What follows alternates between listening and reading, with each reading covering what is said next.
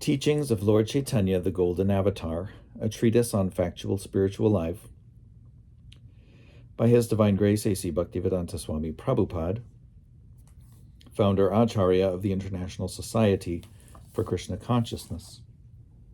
Chapter 14, The Ecstasy of the Lord and His Devotees. The symptoms of highly developed devotional service for Krishna, which are exhibited by the pure devotees, are sometimes imitated by those who are not actually pure devotees. This is described in the Bhakti Rasamrita Sindhu. Without devotional service to Krishna, such symptoms are artificial, not actual. Sometimes, those who are not conversant with the science of devotional service are captivated by the exhibition of such symptoms. But learned devotees know that they are simply imitation. According to the various divisions and gradations of devotees, permanent devotional attitudes can be divided into 5 categories. 1. Peacefulness. 2. Service to Krishna. 3. Friendship with Krishna. 4. Parental affection toward Krishna. And 5. Conjugal love for Krishna.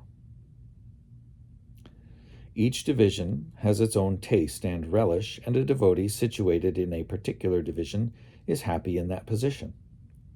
Characteristic symptoms exhibited by a pure devotee are generally laughing and crying. When emotions are favorable, a pure devotee laughs, and when emotions are not favorable, he cries. Situated above these 2 emotions is permanent love, which is called sthayi bhava. In other words, when one's attachment to Krishna is permanent, one is situated in sthayi bhava. That permanent loving attitude is sometimes mixed with different kinds of taste called vibhava, anubhava, and vyabhichari. Vibhava is a particular taste or attachment for Krishna, and it can be divided into 2 further categories, alambana and udipana. In the Agni Purana and other authoritative scriptures, that which increases one's love for Krishna is said to be vibhava, and when Krishna is the objective, vibhava is described as alambana.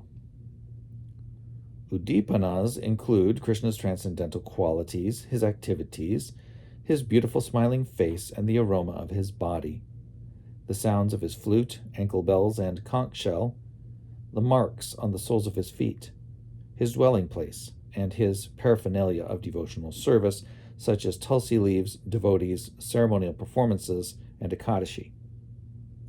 Anubhava occurs when feelings and emotions within oneself are exhibited. In the attitude of Anubhava, one dances and sometimes falls down, sometimes sings loudly, shows convulsions, yawns, and sometimes breathes very heavily, all without concern for circumstances. The external features exhibited on the bodies of devotees are called udbhasvara. The vyabhichari symptoms are 33 in number, and they primarily involve words uttered by the devotee and various bodily features. Different bodily features, such as dancing, trembling, and laughing, sometimes mix with the vyabhichari symptoms, which are also called sanchari. When bhava, anubhava, and vyabhichari symptoms are combined, they make the devotee dive into the ocean of immortality. That ocean is called the Bhakti Rasamrita Sindhu, the ocean of the pure nectar of devotional service. And one who is merged in that ocean is always wrapped in transcendental pleasure on the waves and sounds of that ocean. The particular rasas, flavors or tastes, of the devotees who merge into that ocean of Bhakti Rasamrita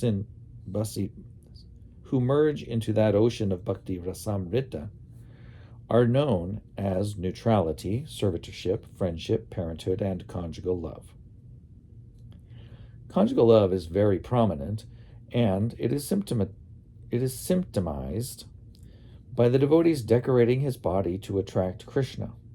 The flavor of servitorship increases to include affection, anger, fraternity, and attachment. The flavor of friendship increases to include affection, anger, fraternity, attachment, and devotion, and in parenthood the attachment also increases to include affection, anger, fraternity, attachment, and devotion. There are also special flavors experienced in friendship with the Supreme Lord, and these are manifested by friends, such as Subala, whose devotion increases up to the point of bhava. The different rasas are also divided into two kinds of ecstasy called yoga and viyoga, or meeting and separation. In the rasas of friendship and parenthood, the feelings of meeting and separation are various. The situations, known as rudha, advanced, and adhirudha, highly advanced, are possible only in the rasa of conjugal love.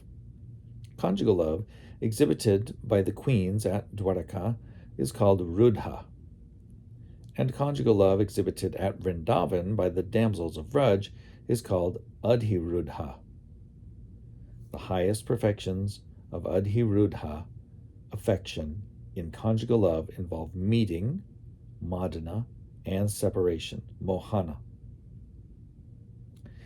In the ecstasy of madana, there is kissing, and in the ecstasy of mohana, there are udgurna, unsteadiness,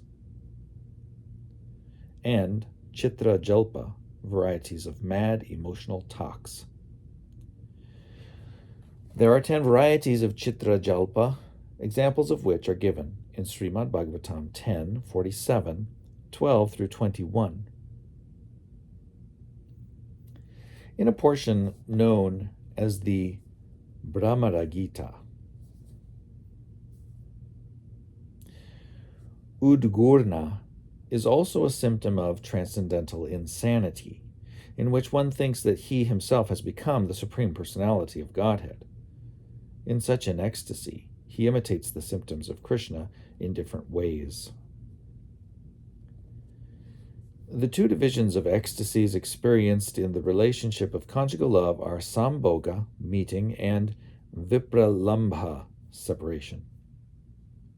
On the sambhoga platform, the ecstasies are unlimited, and on the vipralambha platform, they are 4 in number.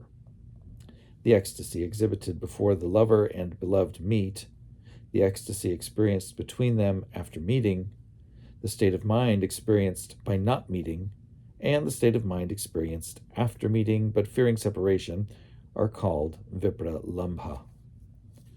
That vipralambha serves as a nourishing element for future meetings. When the lover and beloved meet all of a sudden and embrace one another, they feel an ecstasy of happiness, and the state of mind they experience in that ecstasy is called sambhoga.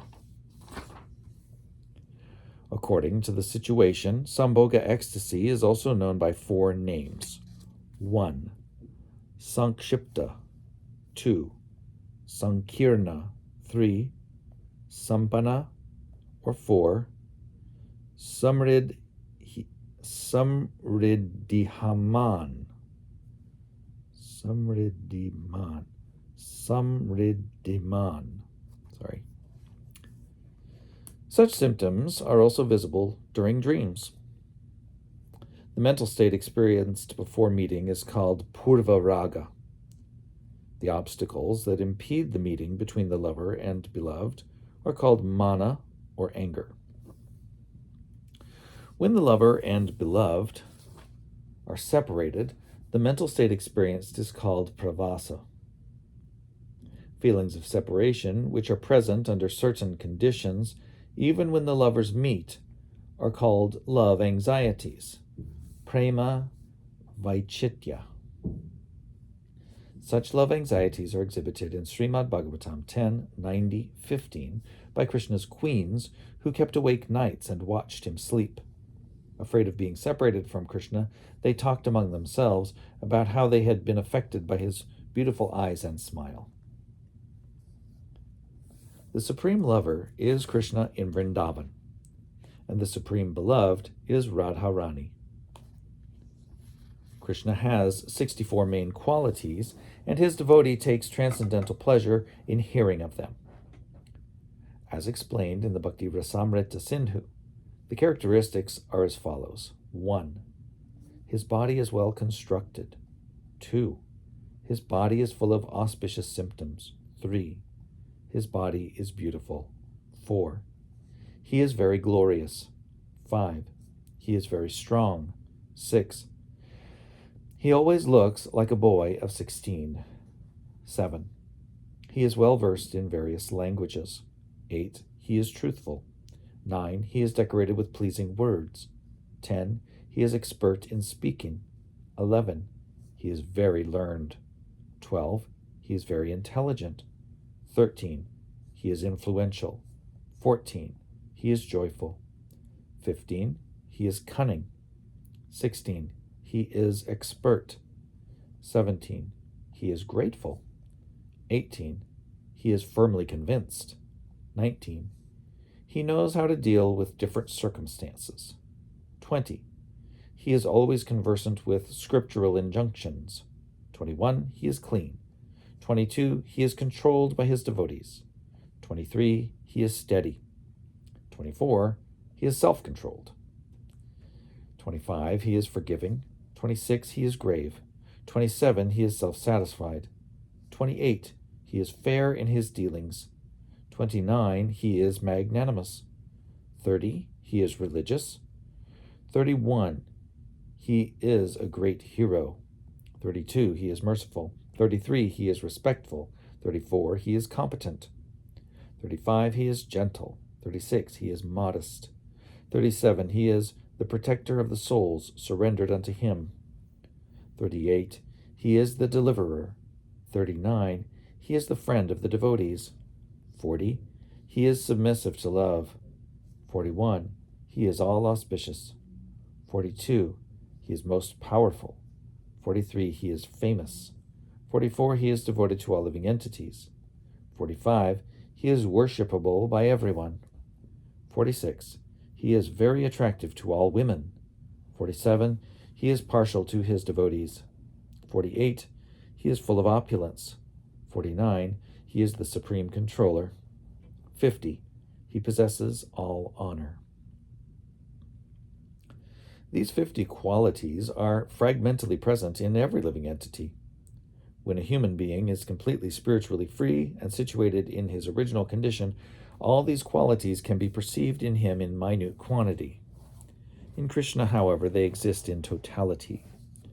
There are 5 other transcendental qualities mentioned below, which can be seen in Vishnu, the Supreme Lord, and partially in Lord Shiva also, but they are not visible in ordinary living entities. These qualities are as follows. 1. He is always situated in his original condition. 2. He is omniscient. 3. He is evergreen or always fresh. 4. He is eternally blissful. 5. He is the master of all perfection. Besides these 5 transcendental characteristics, there are 5 others, which can be seen in the spiritual sky, especially in the Vaikuntha planets, where Narayana is the predominating deity. These are: 1. He has inconceivable potencies. 2. He is able to sustain innumerable universes. 3. He is the seed of all incarnations. 4. He grants the highest perfection to those enemies whom he kills. 5. He is attractive to self-realized persons. The above-mentioned 60 qualities are visible in Narayana, but Krishna has 4 special qualities, which are: 1. He is able to manifest wonderful pastimes. 2. He is expert at transcendental flute playing. 3. He is surrounded by loving devotees. 4. He possesses unparalleled personal beauty. Thus, Krishna has 64 transcendental qualities. Srimati Radharani has 25 transcendental qualities with which she can control even Krishna. Her transcendental qualities are as follows. 1. She is sweetness personified. 2. She is a fresh young girl. 3. Her eyes are always moving. 4. She is always brightly smiling. 5. She possesses all auspicious marks on her body. 6. She can agitate Krishna by the aroma of her person. 7.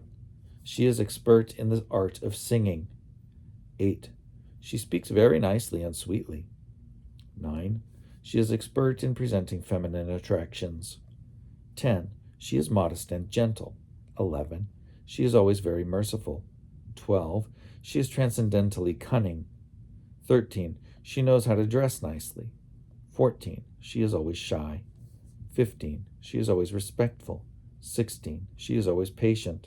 17. She is very grave. 18. She is enjoyed by Krishna.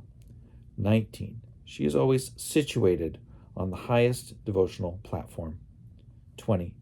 She is the abode of love of the residents of Gokul. 21. She can give shelter to all kinds of devotees. 22. She is always affectionate to superiors and inferiors. 23. She is always obliged by the dealings of her associates. 24. She is the greatest among Krishna's girlfriends. 25. She always keeps Krishna under her control. Thus, Krishna and Radharani are both transcendentally qualified, and they attract one another. But Radharani's transcendental attractiveness is greater than Krishna's, for her attractiveness is the transcendental taste in conjugal. Her attractiveness is the transcendental taste in conjugal love. Similarly, there are transcendental tastes in servitorship, friendship, and other relationships with Krishna. These can be described with reference to the context of the Bhakti Rasamrita Sindhu.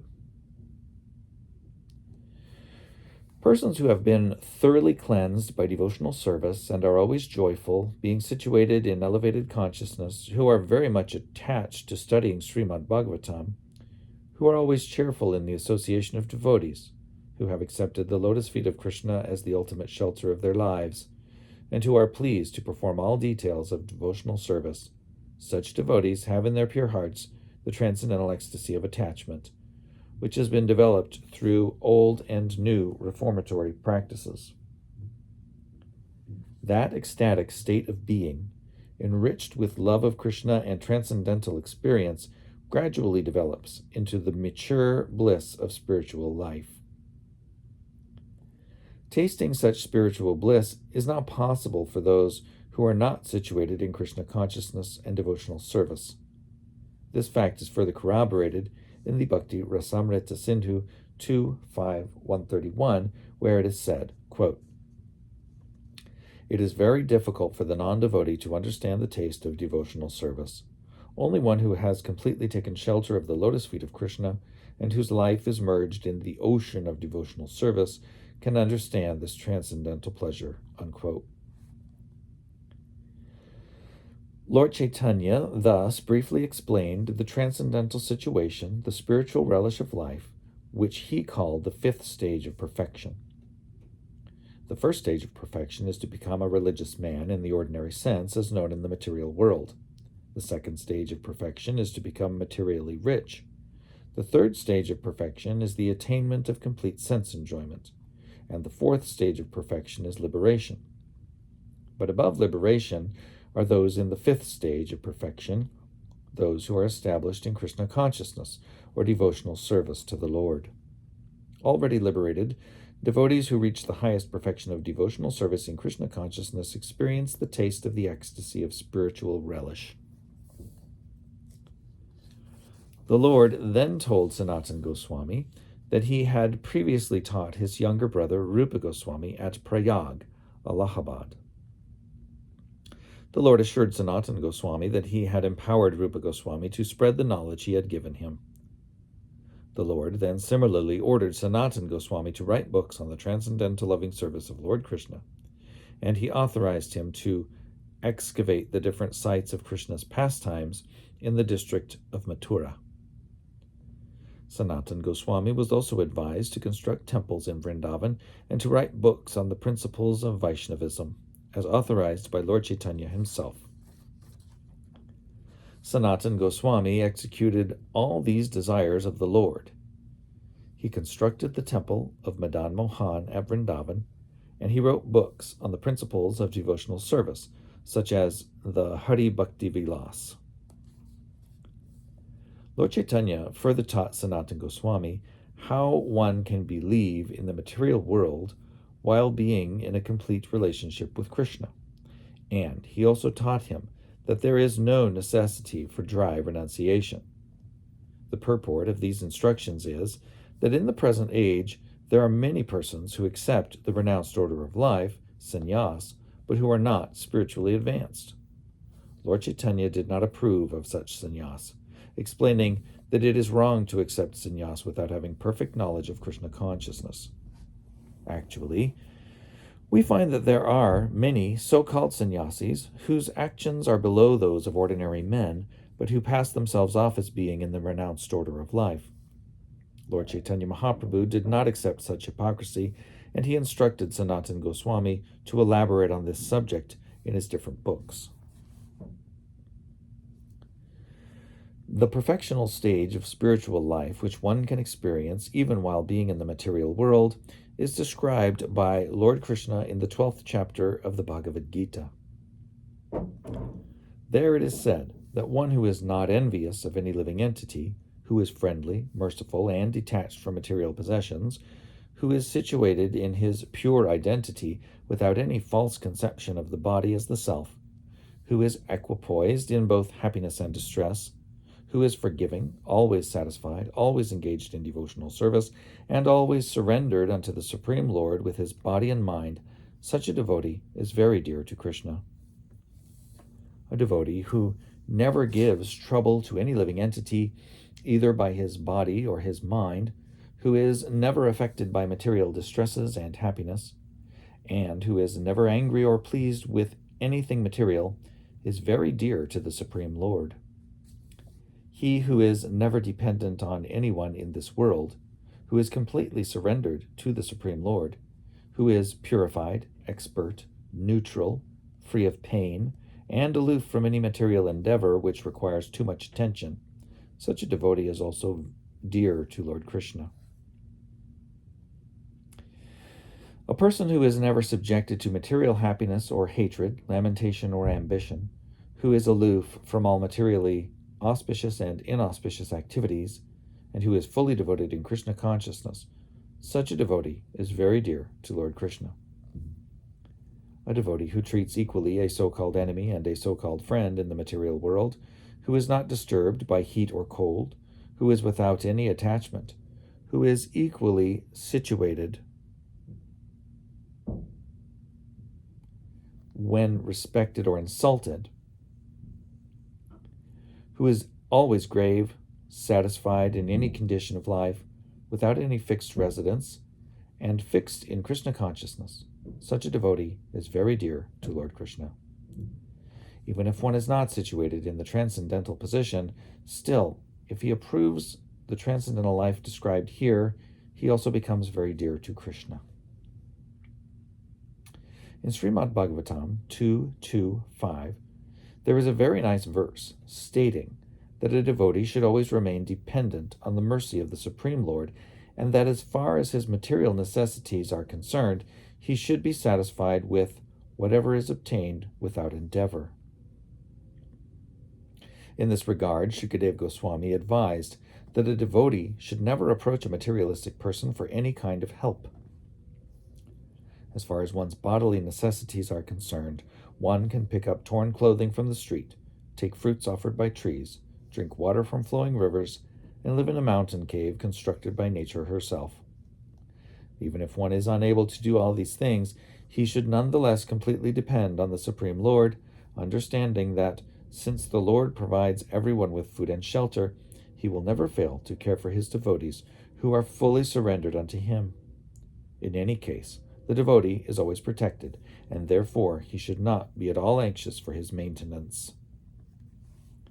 Sanatana Goswami thus inquired into all phases of devotional service or Krishna consciousness, and Lord Caitanya taught him most confidentially from authoritative scriptures like Srimad Bhagavatam. The Lord also referred to the Vedic literature known as Harivangsha. which gives information about the transcendental abode of Krishna. This information was disclosed by Indra when he offered his prayers after being defeated upon challenging the potency of Krishna. In the Harivangsha, it is stated that although birds and airplanes can fly high in the sky above the earth, they cannot reach the higher planetary systems. The higher planetary systems extend upward from the sun planet, which is situated in the middle of the universe. Above the sun are planetary systems where persons who are elevated by great austerities and penances are situated. The whole material universe is called Devi Dham, and above it is Shiva Dham, where Lord Shiva and his wife Parvati eternally reside. Above that planetary system is the spiritual sky, where innumerable spiritual planets, known as Vaikunthas, are situated. And above these Vaikuntha planets is Krishna's planet, known as Goloka Vrindavan. The word Goloka means planet of the cows. Because Krishna is very fond of cows, his abode is known as Goloka. Goloka Vrindavan is larger than all the material and spiritual planets put together.